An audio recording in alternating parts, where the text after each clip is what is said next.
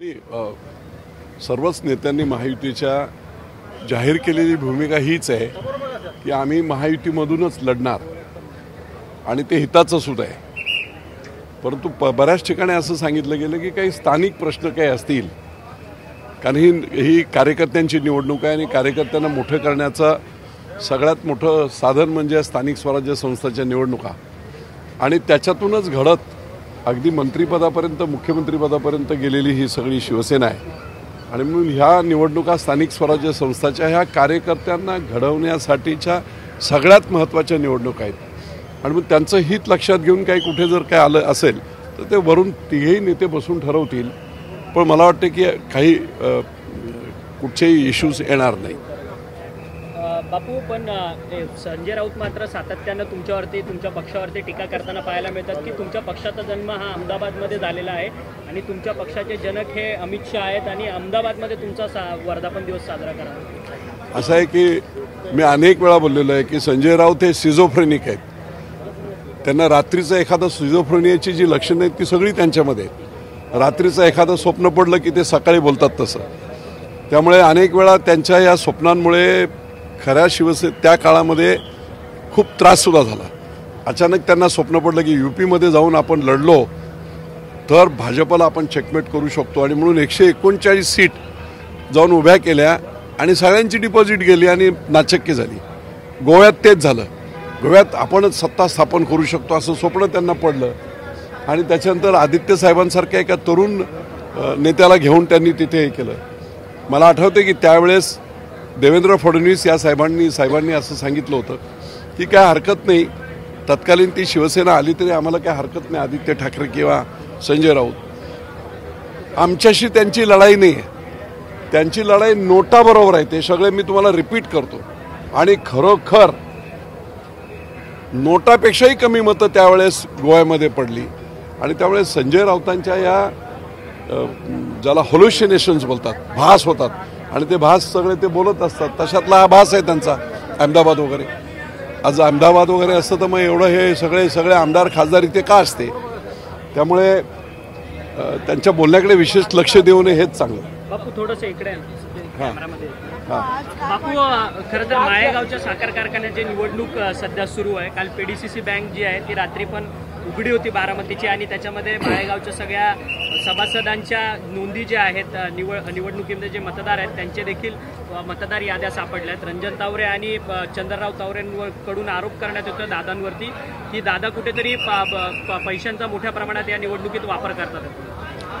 असं आहे की खरं म्हटलं तर ही निवडणूक शेतकऱ्यांची आहे. हा कारखाना शेतकऱ्यांचा आहे आणि त्याच्यामध्ये एवढ्या त्या लेवलला जाणं त्यांना योग्य नव्हतं, पण ते गेले आणि म्हणून चर्चा. आता मी बारामतीतला आहे त्यावेळी ज्या चर्चा आहेत त्या तुम्हाला सांगतो की आता चेअरमन दुसरा कोणी होऊच शकत नाही माझ्याशिवाय, एवढा तगडा.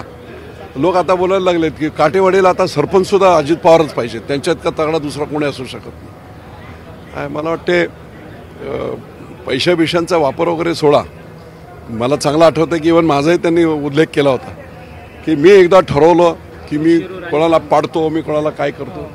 आता माझ्यासमोर त्यांनी माणूस उभा केला, महायुतीचा माणूस उभा केला घड्याळाचं चिन्ह देऊन, तरी त्यांच्या उमेदवाराच्या समोर मी 78,000 मताच्या मताधिक्याने निवडून आलोय.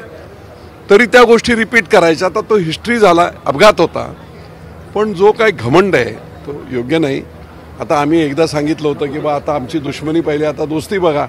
मी ते बंधन पाळतोय. आता विषय निघाला म्हणून, पण निश्चितपणे अशा प्रकारचे घमंड जे असतात ना ते राजकारणात खूप चुकीचे आहेत. काय झालं, लोकसभेला बजरंग सोनवणेला पाडू, कोल्हेंना पाडू, यांना पाडू, काही नाही झालं ते. त्यामुळे योग्य नव्हे ते. आणि ही निवडणूक जी आहे ती लोकांची निवडणूक आहे, शेतकऱ्यांची निवडणूक आहे. ते निर्णय घेतील. पण दादा वय काढताना या निवडणुकीत पाहायला मिळतात. चंद्रराव तावरे 85 वर्षाचे झाले म्हणून चंद्रराव तावरे किती वेळा कारखान्याचे संचालक होणार, त्यांना पायजमा घालता येत नाही, ते लुंगीवरती आता आलेले आहेत. एकीकडे चंद्रराव तावरेंचं वय काढण्यात गेलं तर दुसरीकडे लोकसभा निवडणूक होती सुप्रिया सुळेंची, त्यावेळेस देखील शरद पवारांचं वय जे आहे ते त्यावेळेस निघालेलं होतं आणि पक्ष देखील वेगळा होत असताना सातत्याने शरद पवारांची वय निघाले. जे वृद्ध लोक आहेत त्या लोकांचं वय जे आहे ते अजित पवार काढतात आहेत. वृद्ध लोकांपासून काही फारकत आहे का अजित पवारांना, असं काय? कसं आहे त्यांचं तो चुकीचं आहे, पूर्णपणे कोणाचं वय काढणे किंवा काय करणे चुकीचं आहे. परंतु मला आता असं दिसतंय सगळं, जी भाषणं मी दादांची बघतोय ना, त्या भाषणातून कुठेतरी त्यांचा तोल जातो आहे असं जाणवतं. एक मित्र म्हणून मी आता मित्र त्यांना म्हणतो. नाही असे शब्द वापरणे योग्य नाही, पण तो त्यांचा स्वभाव आहे फटकळपणे बोलणे.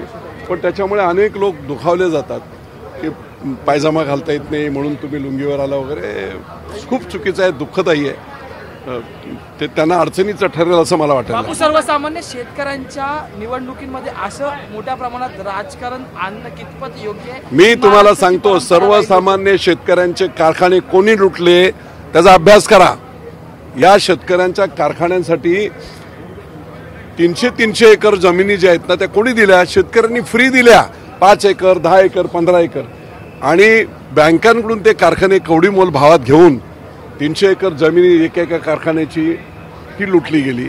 त्याच्यानंतर इव्हन अरे ते नाही, शेअर कॅपिटल सुद्धा शेतकऱ्यांचं लुटलं गेलं. ते शेअर कॅपिटल सुद्धा परत मिळालं नाही. हे वास्तव आहे ना.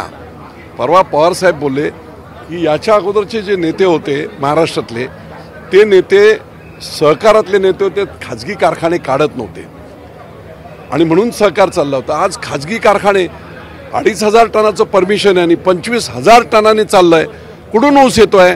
त्या सगळ्या शेतकऱ्यांच्या सहकारी साखर कारखान्यांमधला ऊस हा लुटला जातोय आणि परत राहिलेले कारखाने सुद्धा डबगायला येतील.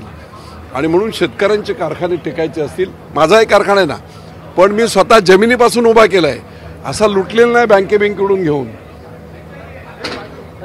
ओपन हे करायला काय हरकत नाही, परंतु अशा पद्धतीने कवडीमोल भावाने कारखाने घेणे आणि नंतर मग ते हजारो कोटीमध्ये त्याला हे करणे आणि लोकांचं नुकसान करणे हे खरं योग्य नाही. बापू, पण एकीकडे माळेगावची ही सगळी निवडणूक सुरू आहे. दादा राज्याचे अर्थमंत्री आहेत आणि अर्थमंत्री असून देखील दादा सगळ्या भाषणांमध्ये बारामतीच्या असं म्हणतात की 500 कोटी मी माळेगावला देतोय, पॅनल टू पॅनल मतदान करा, असं सभासदांना आमिष घालतात ते.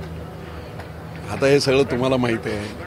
त्याचे काय परिणाम होतील ते तुम्हाला आता निवडणुकीनंतर दिसतील, पण तरी मी त्यांना शुभेच्छा देतो.